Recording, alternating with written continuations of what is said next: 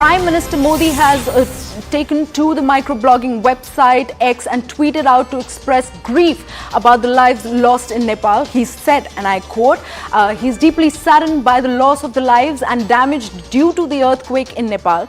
India stands in solidarity with the people of Nepal and is ready to extend all possible assistance. Our thoughts are with bereaved families and we wish the injured a quick recovery. Now, joining us on the broadcast is our colleague Abhishek Jha. A very good morning, Abhishek. What more details are we getting on this front?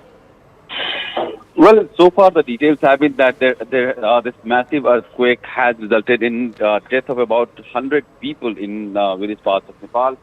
Mostly the two districts have been badly impacted. That is Jajarkot and another one where about 30 to 40 people in each district have been killed. There are multiple houses which have fallen down. People are still trapped under the debris.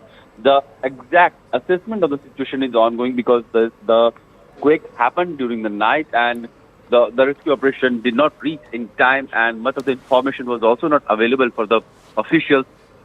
So the exact intensity of damage is yet to be assessed. Meanwhile, we know that several of the rescue forces have reached to the locations and they are trying to rescue and pull out as many people possible from the rubble of the fallen buildings. Right, Abhishek, we also know for a fact that the tremors of this earthquake have been felt in and around Delhi NCR region and also in Uttar Pradesh. What more details do we have? Are we getting any knowledge on any kind of casualty or any heavy impact in this region of India? Not really. Like in case of India, which did feel the reverberation happening from the earthquake in Nepal. It was felt far across till Jaipur. Some people reported, especially in Bihar, Jajarkot, UP, most of the eastern part of India. They did feel the tremor of the quake in Nepal, but the casualties or the level of damage has not been any concern. But the same thing has happened around the bordering areas in Nepal, where many people have been killed. Now we know hundreds have been injured. There are buildings have been falling because of the impact of it. And even after the earthquake, that was somewhere about 6.2 of the magnitude, there was still tremors and aftershocks that people have noticed, and that actually was more scary because that means people cannot go back to their homes, and the danger of those cracks, buildings which have developed cracks to falling apart is that increases. So that has been the case in Nepal. We know in 2015 there was this severe earthquake in Nepal that has impacted badly the entire country, and about 9,000 people were killed. Last month also there was a quake about 6.3. So we know that Nepal lies in a very active seismic belt, which has a potential, which has a chance of getting earthquakes very frequently. And that is one of the reasons when we see multiple shocks or multiple tremors happening in this area very frequently. And this one is also very severe. About more than 100 people have already been killed, and more assessment on the ground situation is still being done by the Nepalese officials. Right, Abhishek, thank you so much for giving us all those details. Now joining us on the broadcast is Mr. Anil Giri, a journalist from the Kathmandu Post, who is joining us live from Kathmandu. A very good morning, Mr. Giri. Thank you so much for speaking to CNN News 18. Now help us also understand the impact of the earthquake to the property and the human lives in the region. Yeah, it was a devastating, in any stock in the midnight of of the Friday. So lots of people they were sleeping in the midnight, and they couldn't come out. So that is why it is believed that there is a huge casualty of human lives, destroy of the property, and injured. So as soon as the Prime Minister got the information, and the other security agencies, now rescue operation is going on, and it is said that over 150 people have been died, and scores people have been injured in the incident. And this is a very disastrous, very disaster and very sad incident after the 2015 earthquake in Nepal. Yes. Right. Mr. Giri, also help us understand what are the rescue and relief operations that are underway and what kind of challenges the Nepalese government is facing in providing this rescue operation.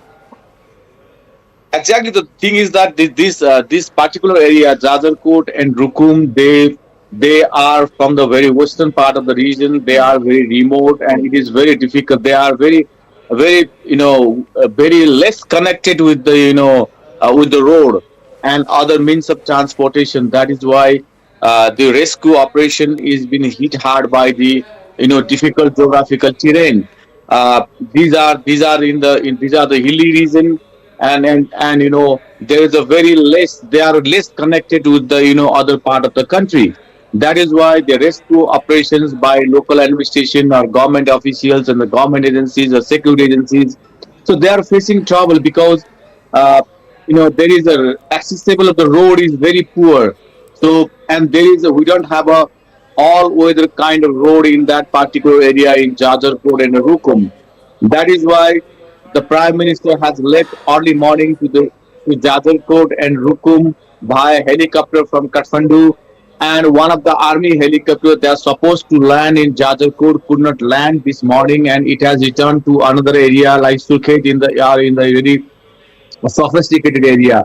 Right. That is why rescue operations is also there. The problem, another problem is that since it is in the remote area, it is in a it is a far western part of the country. Geographically, also it is a very far to. Already, it is a very backward backward part of the country.